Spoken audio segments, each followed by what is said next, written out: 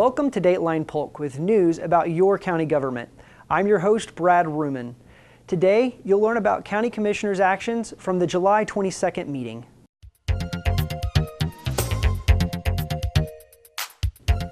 The board approved a proposed countywide millage rate for fiscal year 2014-2015 at 6.8665, which is the same millage rate as the current year. The rate consists of three elements: a general fund operating millage rate of 5.6665 mils, 1 mil for transportation and roads, and the environmental lands operating millage rate of 0.2 mils. Proposed millage rates were also approved for the following municipal service taxing units, or MSTUs. The Parks MSTU was unchanged from the current fiscal year at 0.4219 mils. The Library MSTU was unchanged from the current fiscal year at 0.2109 mils. The Stormwater MSTU was unchanged from the current fiscal year at 0.1 mils. And they also set a proposed millage rate for the Rancho Bonito MSTU at 9.2672 mils. This millage rate is new for fiscal year 2014-2015 and will be levied on approximately 900 parcels in Rancho Bonito. The board also set the date for the tentative budget public hearing for September 8th at 6 p.m. at the Neil Cumby Administration Building. The millage rates adopted at the final budget public hearing cannot exceed but may be less than the proposed rates. The board approved a contract with Caminga and Rudvos for drainage and water quality improvements at 38th Street Northwest and Avenue M Northwest in Winter Haven for approximately $487,000. Today the board approved a contract with Caminga and Rudovitz at Tampa, Florida for approximately $487,000 for our drainage and water quality improvement project for the 38th Street and Avenue M area in Inwood. Funding for this project is being provided by Community Block Development Grant Funds, and the project is going to consist of expanding a stormwater pond and hydrologic enhancement improvements to the wetland that currently sits on the 9-acre county parcel. The board approved a contract with SRD Construction for demolition, abatement, and salvage of the Central Regional Wastewater Treatment Facility near Bartow for approximately $136,000. The board also approved Jonathan Glimming as an alternate on the Board of Adjustment for the remainder of a 3-year term which ends December 6, 2015. In other news, State Representative Ben Allbritton and Chairman Todd presented tributes in honor of Sergeant First Class Danny Michael Ferguson from Mulberry. In the course of human events, we come across greatness. Sometimes we don't pay attention. Other times, fortunately, we do. And I will tell you that for an individual to give his life for others is clearly, immeasurably greatness. So what we'd like to do today is we'd like to offer a tribute. I'd like to read it into the record, if that's okay. Yes, sir. And thank you, Commission, for the opportunity to be able to do this.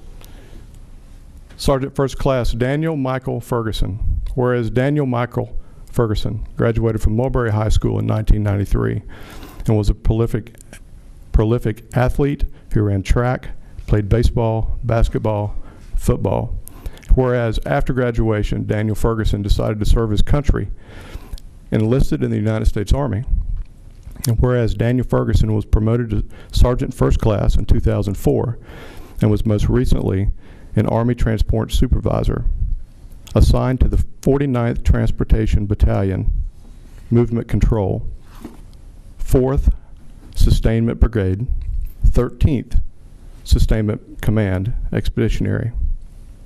And whereas deployed to Kuwait twice from 2003 to 2005, to Iraq during Operation Iraqi Freedom from 2009 through 2010, and to Afghanistan during Operation Enduring Freedom from 2012 to 2013, Sergeant First Class Daniel Ferguson bravely served his country for 21 years. And whereas during his 21 years of service, Sergeant First Class Daniel Ferguson was awarded a Bronze Star, five Army Commendation Medals, and 3 Meritorious Service Medals, among others.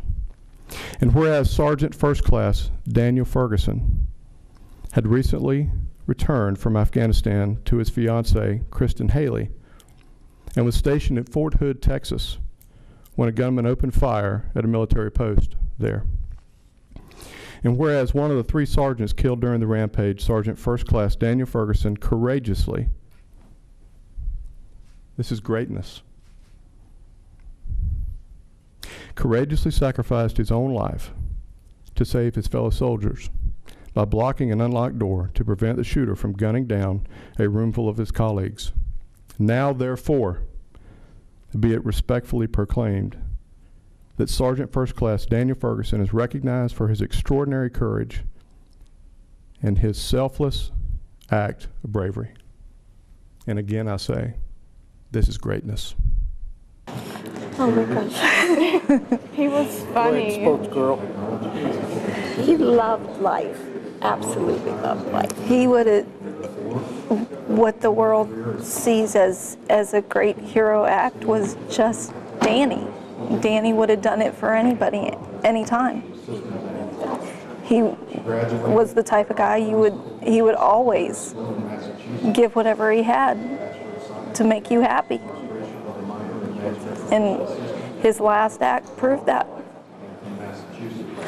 There are so many soldiers that have their lives and wives and children that have their parents because of him.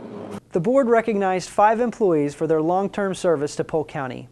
Laura Hayes from Information Technology and Mike Kushner, Risk Management Director, were recognized for 20 years of service. I really have, and been an enjoyable time. A lot of changes in 20 years with the county. I can remember when I came here, we're still typing memorandums, and now everything's electronic. The technology has greatly influenced not only the county, but the risk management area and many areas of the county. I'm appreciative of everybody here. Everybody's been great, and look forward to the next year or 2, and then I'll be retiring. Thank you.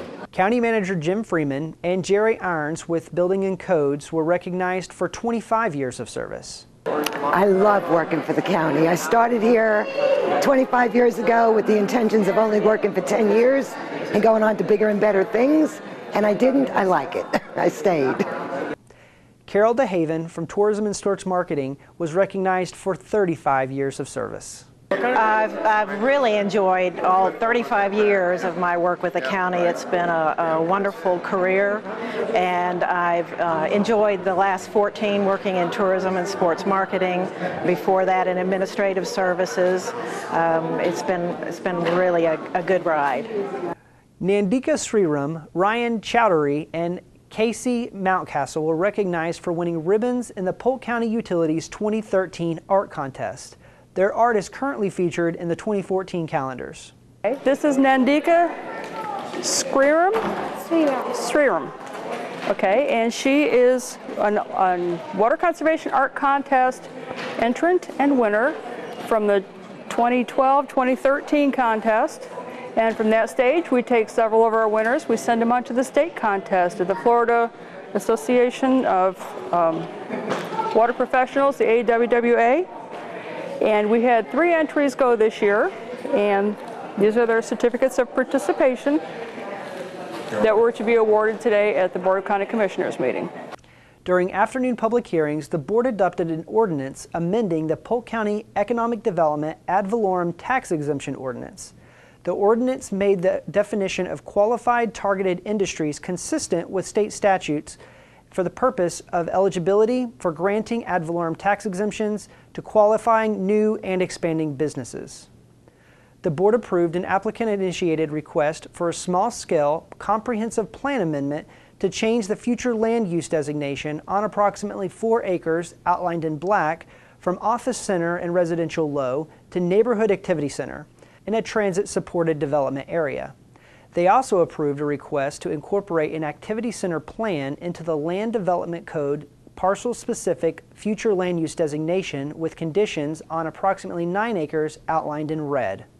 The board also adopted ordinances granting an economic development ad valorem tax exemption to a new business, DS Services of America Incorporated, and an expanding business, Oakley Transport Incorporated, and approved performance agreements with the companies. And finally, the board adopted an ordinance amending the Polk County Fire Department burn ban ordinance. The amendment allows for temporary suspension of the declared burn ban and creates a procedure for municipalities to opt in or out of a declared burn ban. Now let's go to Todd Vargo from the Planning Development Division with the Planning Commission update.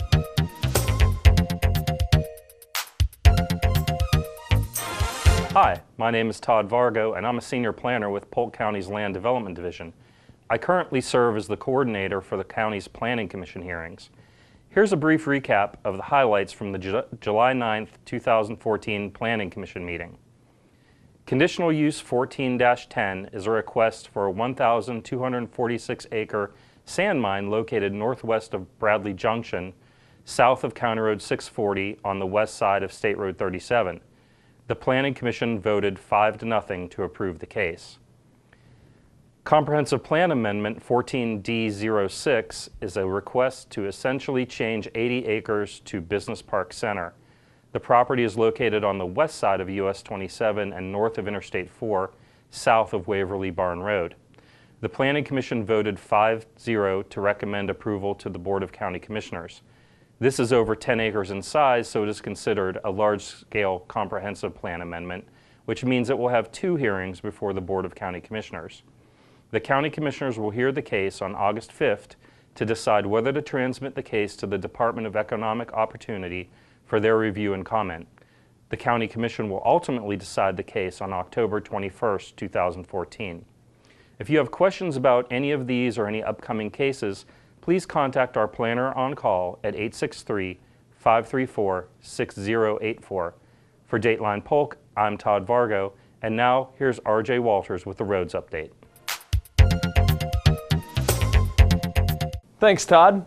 The Polk Transportation Planning Organization, TPO for short, is laser focused on building momentum in Polk County's communities.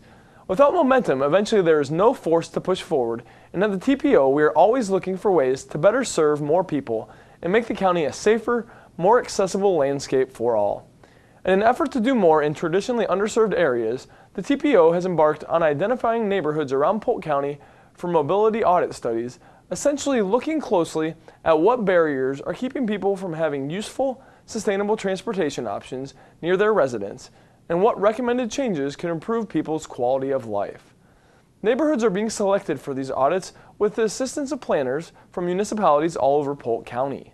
They have been narrowed down and identified as what the federal government calls environmental justice, or areas that are traditionally underserved, through a very dynamic formula that takes into account the income status and number of non-white and minority households in an area. It also considers the value of houses in a neighborhood and the number of people who live in an area. These studies should be looked at as a jumping off point into more in-depth calculated public involvement by the Polk TPO. The initial study will focus on 10 neighborhood areas in Polk County, but more are expected to be studied as funds and resources become available. The Ledger recently reported about the TPO undertaking these studies. A helpful resource to understand the format and purpose of these studies is available on polktpo.com with a test case audit of the Eaton Park neighborhood. Keep your eyes and ears peeled around the middle of 2015 when the TPO starts to release the findings of some of these audits, including recommended mobility improvements for the neighborhoods of interest. Now let's roll into what is the culmination of neighborhoods spawning up all over the place since the 1800s, Polk County, and take a look at road projects that are creating expected daytime delays and closures this week. They include Memorial Boulevard and North Brunel Parkway, US 27 from US 98 to West County Line Road, US 27 from Ritchie Road to south of Berry Road, where intermittent lane closures will be ongoing in both directions, US 27 in Davenport from Berry Road to US 192, State Road 60 from west of Saddlebag Lake Road to east of Sam Keene Road. State Road 60 at Alturas Road. South Florida Avenue from Young Place to Palmola Street. State Road 37 from County Road 540A to Carter Road. Wrecker Highway just north of Commercial Boulevard.